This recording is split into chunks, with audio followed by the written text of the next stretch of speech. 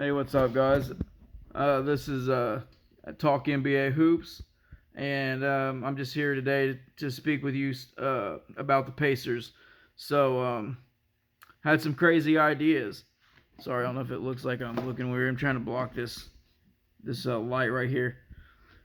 So, I was just sitting here thinking, and these are probably some pretty out there landish ideas. I know these are not things that are likely to happen at all because the Pacers are already ready to go into their season, and I don't see them making any trades whatsoever. But this is all a hypothetical and just something I had ran through my mind. And you could say, the Pacers could make some of these moves. They could have already made some of these moves. They could have made them, one last season. They could have made one this season. They could have been making them over the years. Or they could be, looking to make them all here within the next year or within the next off season or next off season. I mean, you could easily see, what this team could look like if I were to build it. And I mean, if they were to take it in this way, sometimes I wish I could. Everybody does, because I feel like we all have our, guys that we like that the front office drafts, and then the guys that we don't. Which there's one we recently drafted. I won't say his name that I wasn't too happy about. Maybe I might say it later. But Smaden Smith. Yeah. Anyway, let's talk about how that draft real quick, because I was really disappointed. I'm not gonna lie, because the 2026 NBA draft is one of the deepest NBA drafts that we've ever had in decades, and I feel like you have to take full advantage of that kind of draft when it comes along. And I know they had a pick that they got to get Zubac, but we should have gotten a couple second round picks, if not three. I felt if you knew you was going to lose the first round pick, which I know they didn't intend on losing that pick. And I know some people are like, well, we got Zoo, and so what? Let's move on. And it's no big deal because it would have been the fifth pick anyway. Well, I look at it because I'm just this kind of person. I'm like, well, but what if we would have had the fifth round pick and we knew we already had guards? So maybe we would have packaged another pick or somebody else and went up and moved up and got Caleb Wilson, because we already had guards, and that's probably what we would have done if we could have done it. Not saying that the Bulls would have traded the pick of Caleb Wilson, especially after how he performed in the combine. But the combine's the combine, and if you offer the fifth pick and something else, and you're the Bulls team, they're not exactly the team that's been like the team that's like, oh no, what we're getting, and we're sticking with this guy, and we won't be tempted away from that fourth round pick. I could have easily seen them trading with us if we offered a decent enough package, but anyway, that didn't happen. So what I thought we should have done, or I was hoping, if we did trade into the first round like they were talking about, I was hoping we'd gone after Malik Thomas, because I figured he'd have been the perfect guy next to Halliburton who could shoot, playoff ball, and he was a point guard before he started doing his more combo guard role, and he went into it his first year and excelled at playing off ball. But I'm not going to waste our time talking about him because it didn't happen. But I figured, the guy that we should have taken, which was taken one spot before Braden Smith, which is Ryan Conwell. We could have had him. Yeah, they said, well, they took Braden Smith because he agreed to take a two-way deal and not sign a standard contract. Well, whatever, dude. You could have still got off Cam Jones' contract. You ended up signing Larry Nance Jr. and wasting money on him. So, I mean, you could have still traded Cam Jones. And for any draft pick, I mean, you still could have got Ryan Conwell. And you also, if you want to make the argument about the whole two-way exception, you could say, well, Otega Owe was available, and he would have taken a two-way, and he's far better than Braden Smith, and he's a senior. And let's speak on Ryan Conwell real quick. This guy was basically a tougher and stronger version of Buddy Hield. So imagine a little bit better defensive Buddy Hield, who can shoot off the ball, be a secondary ball handler, which they forced him to be at times, which made him a little bit more uncomfortable, where he missed probably a few more threes than he would have towards the end of the season had they stopped playing him more in the playmaking point guard role and left him in his off-ball shooting guard combo role mostly. He's about 6'4", but he's a very, very stocky, strong 6'4". And Miami got him, of course, snagged him. He's played great, put up over 25 points in the game in a summer league game. Ridiculous efficiency, 40% from three, whatever. I don't know. I'm just guessing at this point, but I think I remember something like that. But then you have Otega Owe. He pretty much came into his first game and he had like 8 points, and then he got injured and he went down. Now he's wearing a boot, so we didn't really get to see anything of him. But I saw what he did in Kentucky, and the dude was a defensive menace. I mean, he played with Russell Westbrook type tenacity, and I often compared his Russell Westbrook tenacity and just like mentality, but I said he always had like a little bit of Lou Dort on the defensive intensity, on his aggression to fight through screens and this and that. But he's a guy that'll slash. He'll get to the rim. He'll draw fouls. He's not afraid to take the big shot, even though if he's he only shoots 35% at three. So what? He's also not afraid to take one at the end of a buzzer and hit a game winner. And he's done it, and he sent it into overtime, and he's won in overtime as well. He's like that, Nembhard isn't always the best, in-season shooter, but he's a great defender, and he would have been just like another Nembhard, if not even a far better defender off the bench and a secondary ball handler. Could he have that? Nope. And then the pick that I wanted them to get in the Zubac trade was the LA Clippers 2026 second round pick, which I had no idea why they didn't get. And I got a lot more coming to talk about this trade, and we'll get to that. But that was Baba Miller. And if you're going to take a chance on anybody, you're going to take a chance on Baba Miller. And for those who don't know who Baba Miller is, the reason why the Pacers should have taken a chance on him is because he's not only because he's 6'11", but because he was a point guard at one point who hit a growth spurt and became 6'11", and he can dribble up the floor and shoot pull-up threes off the dribble. I mean, the dude he has a good form in doing it. Now, his efficiency isn't that good at hitting them right now. He's still really young, but there has been times where he's drilled them, and his catch and shoot are probably, a lot better. I haven't looked at his exact statistics on that. I know his pull-up three statistics here lately have been bad, but that can be something, if you shoot on limited volume, and if you look that comfortable dribbling and pulling up and shooting, eventually you're going to get, the hang of it. And if you do it on a certain amount of volume and you're playing on a good team and he's wide open like he would be on our team, what's not to like there? And the dude was also getting 6 assists a game at 6'11", because he was once a point guard. And he hustles on the floor. He plays crazy defense on top of it. He's skinny, but so what? He could be a power forward center. He could work his way into a center. Maybe he's just going to be a really good power forward at 6'11". Maybe, it could be a Chris Bosh type or something. But dude, I mean, my God, but he moves like a guard or like a small forward wing. The dude is so fast.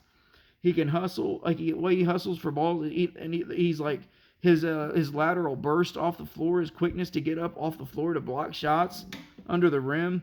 It's crazy. Like, why would you not want to take a chance on a guy like that? That's what I don't understand. If you're going to take a risk on a guy like that. To me, a guy has to be, if you're going to draft any player, he has to be at least really good at three things.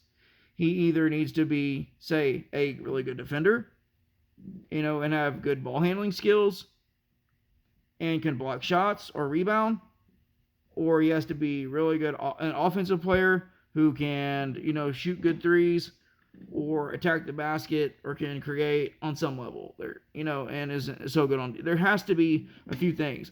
But with Braden Smith, it's like all they say is, well, he's the assist leader. In college, dude. In college he was. But his numbers Like his field goal percentage was decent for being his size in college. I don't even know how he got that, to be honest. Because God, the dude cannot even get up off the ground. He's not athletic. He's short. He's not going to be able to lay the ball up at the rim. And I'm not trying to crap on the guy. It's just the facts, and it sounds bad. And I'm sorry because I wish he could be better. I hope he is better than what I'm thinking he's going to be. I just don't see it, And he's not going to be able to score at the rim. He's not athletic. He's really short. His shot, when I saw him bring the ball like to the side, like really slowly, and then he shot the ball with such awkwardness, like it looked worse than my shot, like when I was like first learning how to shoot a basketball. I mean, it was terrible. I watched clips of Mark Wahlberg and one of his famous buddies shooting, on your YouTube shorts like earlier today that looked like they were pro NBA basketball players shooting those shots compared to Braden Smith. And I thought, oh my God, I'd rather have Marky Mark out there. Like, this is crazy. And you can't be bad on offense and defense. And the dude's a complete traffic cone on defense. Like, they're going to attack him. And no matter if he's a good passer or not, I mean, defenders are going to just back off of him, and they're just going to clog the lanes. They're going to be like, dude, we know you want to pass, and we know you can't shoot.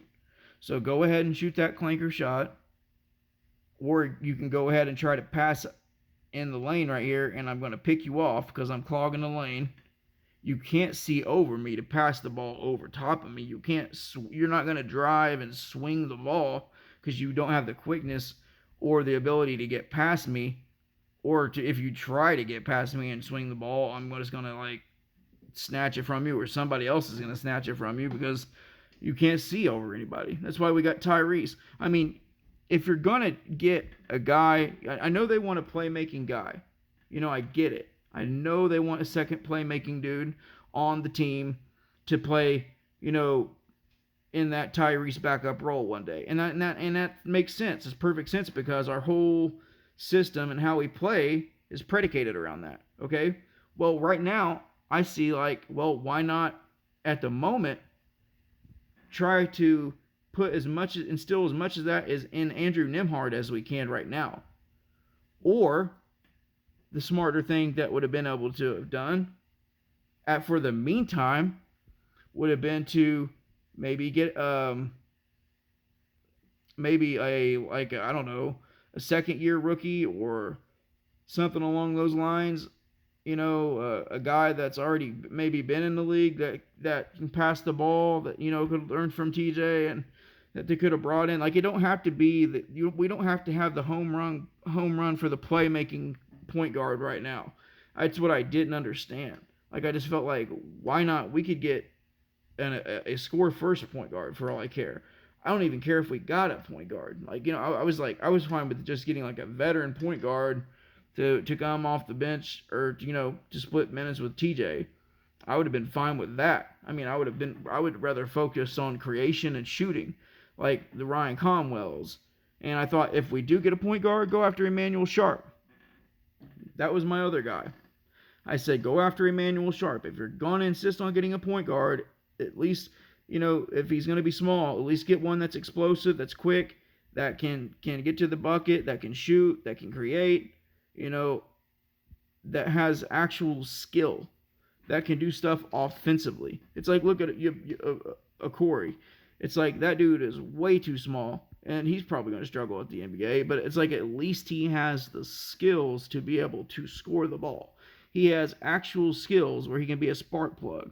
So he's not going to be completely useless. I mean, I wouldn't have drafted him necessarily. I would have still rather even probably had Sharp over him because of his size at some point. I don't know. Corey's is a nice player offensively. But I'm just saying, like, a lot of these really small guards aren't going to make it, no matter how skilled they are, let alone ones that don't have the athleticism. Like Tyler Tanner. I actually like Tyler Tanner. Now, and he's probably 6 foot, and the only reason that I was like back and forth on this kid, I was like, would I draft Tyler Tanner? Yeah, I would draft Tyler Tanner. Yeah, I think I would, because of his athleticism was so off the charts. You know, it's like, but if he didn't have that athleticism and he wasn't knocking down like the threes that he was or the shots, it would have been like, no way, man, no way, because he's not going to be able to drive. He's not going to be able to score on guys. He's got to be able to get up. He's got to have that quick first step to get past them if he's going to be small. But anyways, that's enough on that. What I really want to get into is I want to start talking about these trades that I had, because I was just thinking in my mind, because I wasn't satisfied with our backup big situation. We got Ivica Zubats, and I thought we could have done more, in the off season, and it kind of disappointed me. Like it really badly disappointed me, to be honest, because I just thought J Huff, that's all we're gonna do. Like, we're not gonna do anything else. For one, because we didn't take advantage of the 2026 draft, which really threw me, and I got mad about the Braden Smith selection. And then it was kind of like, all of a sudden you see they signed Larry Nance, and I'm just like, what, dude? Like, okay, I found out that's T.J. McConnell's best bud and all this and that. I don't know. Like, I don't like it. But anyway, so what I did, I started just getting in my little zone, and I made a few trades, and I know these are probably not likely to happen. Maybe some of them could, some of them might. And I feel like they're very realistic trades. I feel like they could happen. So I don't feel like it's any like, oh, there's no way that would happen, or that's crazy. Now to some diehard fans of certain players, and I'm getting ready to mention one that I'm a diehard fan of, so don't get all upset and get your panties in a twist because I mentioned a guy's name that you like, because it's like, I love the dude too. But if I'm going to trade anybody right now, it's going to be T.J. McConnell. I'm sorry. Because, I mean, it's just that he's older now, and we need to make the space. And if I have to, make an upgrade, I'm going to do it with TJ. And the biggest reason for it being is because we need to get younger, not only on the point guard, but we also need to get a better backup big. And I feel like, in my idea of doing that, the best way I see fit right now, which I have a couple moves in mind, this isn't the only one, but the first one is I have TJ McConnell and J Huff going to the Chicago Bulls for Jalen Smith and a 2027 Chicago Bulls second round pick. And I think Jalen Smith would be a phenomenal backup center to Zubats, just for the simple fact that he carries a completely opposite skill set. And I know some people are going to say, oh, well, J Huff does too. J Huff shoots threes. J Huff's a better interior defender. He's better at blocking shots, yada, yada, yada. Oh. But it's like, well, the problem is, yeah, he is a better interior defender, and he might be a lot better on reduced minutes, and he will be better on reduced minutes. I'm not going to argue that. And he's a good backup. But the problem is that he's too similar of a player to Zubats. And that's where my problem is. So it's like, I would rather have a guy that can stretch the floor, shoot threes, that's more switchable on defense, because Smith will switch. He's not the best defender, but he's not an awful defender. He can switch his feet a lot faster than Huff and Zoo. So we have that, and he can stretch the floor great and shoot the ball at a pretty good clip. And he always did with us. And not only that, but he boxes out really well. And I've seen the dude easily get 10 boards, and he produces like really good, shots and rebounds in limited minutes. And I've also seen Bulls a podcast about, them talking about trading Jalen Smith, and they were all saying the same thing. You can't find stretch bigs like him. It would be dumb to trade him because you can't find guys like him in the league, and he actually rebounds the ball, and we need to keep him. But that's the exact reason why I want him. And then, let's see, which one should I get into first? This is more. Let me go here, because this is one where we're kind of already there anyways. All right, so we're going to go back to the LA Clippers trade, and we're going to do something after we discovered this year and LA has to have their time to think about where they're going in their future. They have a lot of guards right now, and they're looking to rebuild. And before, they didn't want to come off of Derrick Jones Jr. And the Pacers might not wanted to come off of Jarace Walker. I mean, who knows what Jarace Walker might become? I mean, by the time this video comes out and the season starts, maybe he's so much better. But the thing I know he's not going to be better in is his defense. He's not going to come nowhere near as good as a defender as Derrick Jones Jr. But that's what makes this trade also so attractive. And for one, we're not going to re-sign Jarace Walker because they just don't want to pay him. So you look at it like this: the player that we should have got in the trade anyways would have been Derrick Jones Jr. And I would have done it for Jarace Walker because for one, we're probably not going to want to pay him.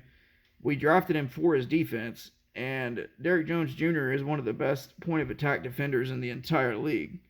And right now he's shooting about 35% from three.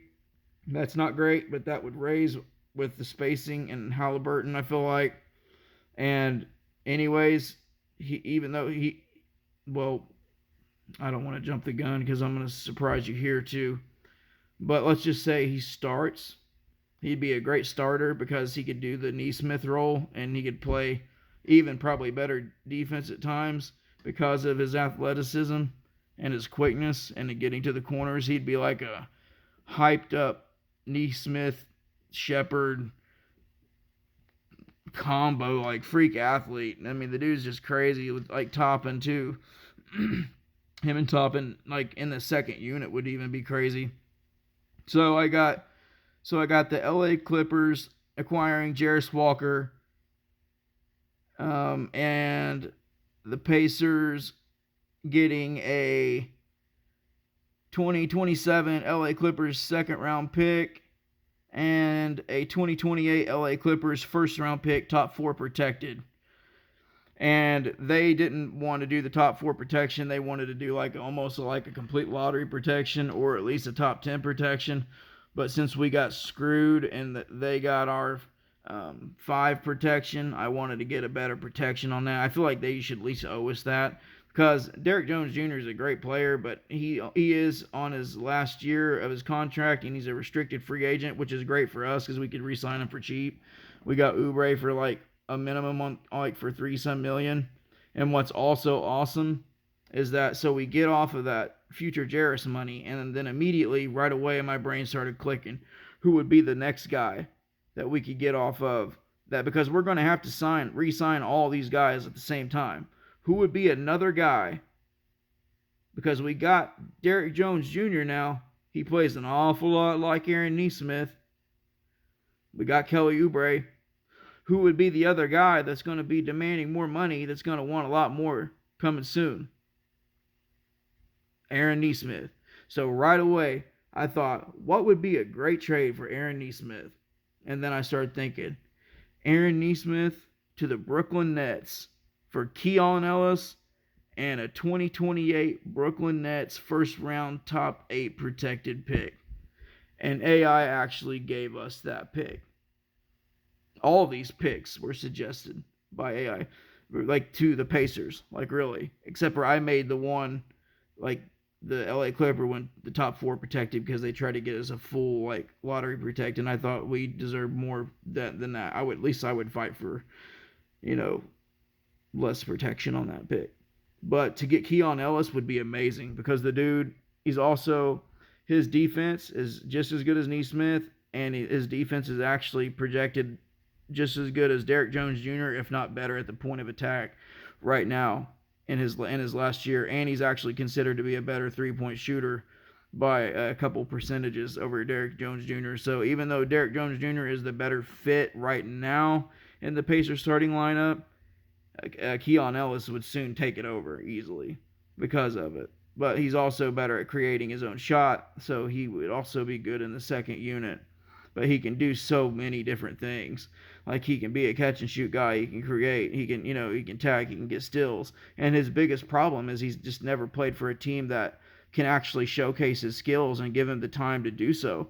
And that's why nobody's ever seen the kid. And I feel like now, if he goes to the Nets, it's a possible chance that they might see that. But the Nets are so terrible. I don't know. Maybe he doesn't play as good on there, or maybe he just ends up doing like a Cam Thomas and just get the ball to him and just everybody else get out the way, because he can be a beast on offense. But he needs to be on a good team, not a bad team. He needs to be on a Pacers team that can utilize him. We work Jones out of the starting lineup, work Keon into the starting lineup. Then you make Derrick Jones Jr. the bench lineup with Kelly Oubre eventually. But then say, okay, and then you traded, or I traded Ben Shepherd for Emmanuel Sharp. $5 million for like a 2.8 million or whatever, and it said that we should get 2 picks back there. I believe 2 seconds back on that trade. I don't know that the Kings would ever do that trade. I mean, a point guard for a wing like that. I mean, maybe if they felt like, I don't know how many guards they have over there, but I mean, I know they probably value him pretty good right now, considering how he played in the G League, or not in the G League, but the Summer League and whatnot. But I don't know. But you could go after any of these guys that are similar in their play style. It don't have to be this same exact player, but then you could go after them. And it's like, and it's like, okay. And after I did all these trades, also, I'm pretty sure. Let's just go over the starting lineup and just name everybody and the reserves, just because I want to hear what it sounds like, because it's going to sound so good. Tyrese Halliburton, Andrew Nembhard, Derrick Jones Jr., Pascal Siakam, Ivica Zubac, Quentin Jackson, Keon Ellis, Kelly Oubre Jr., Obi Toppin, Jalen Smith, Johnny Furphy, Emmanuel Sharp, Baba Miller, Jalen Slauson, Kobe Brown, and Braden Smith until we get rid of him. I mean, I wouldn't mind getting rid of him for like a really good, like crazy, like athletic, like center forward, like maybe like the Malik Reynal guy that just popped up out of nowhere. I don't even know who he is, but it just said that he's a skilled forward who possesses NBA ready, strong physical frame, brings excellent versatility, front line combined with rugged low post strength and high motor level quickness and lateral quickness. Perfect replacement for Nance, yeah. And speaking of Nance, I had Nance traded away for into a team's cap, and I actually think I gave away like a pick or two to get rid of him, but which kind of sucks. But we could also see that we would only have, actually, if this is right, I'm not sure, because this is AI. I thought I checked it, and at one point it was off, and I checked it again, and it was like, oh yeah, you caught me. But it said that we saved 4.99 million. So we're far under the salary cap now. Like, it was the first apron is 209.015. If it was with all the players I traded and got, it would be 204.025, with a true first apron savings cushion of 4.99 million. So you would keep all of your flexibility for midseason moves, while your future draft and all that would, and any type of trades would be easy to do. So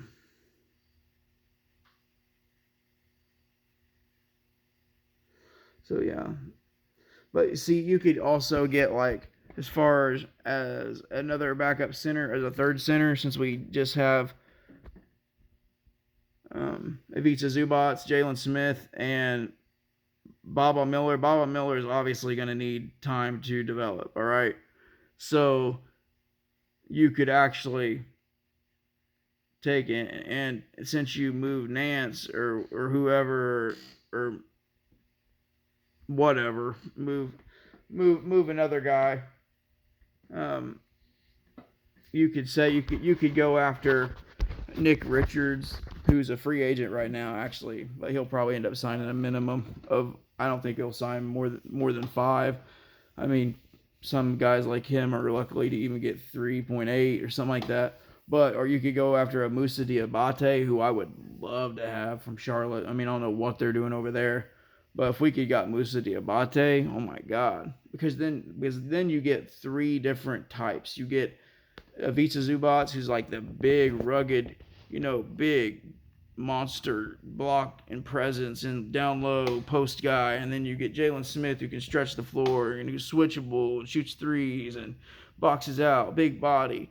And then you got your hustle guy who can rebound and just go crazy, or even like a Precious Achua is cheap. I mean, he's not much, not to knock on the guy, but I mean, he's not like crazy special, but as a third string big, I mean, Tyrese loves lob threats, and he likes playing with guys like Achua. I mean, he even said it early on. He's like, I like playing with lob threats. You just need to get me some lob threats in here, so I can, I like to be able to make that roll and that lob. He got frustrated with Miles all the time because he would always say, he's like, dude, I keep telling him, roll to the rim, roll. And he just doesn't do it. But I don't know. You guys tell me what you think. If you want me to make more videos, I know I probably just rambled on a lot, but I enjoy talking Pacers content. I know I can be kind of controversial. I don't mean to make anybody upset by saying anything about certain players that they might like. It's just my honest opinion. I know my honesty can come through as a little brash or harsh or whatever you want to call it, but I'm just speaking from the heart. I speak with passion. I love my team. I'd like to see us succeed. Um, there's nothing I feel like that we can't talk about or just debate.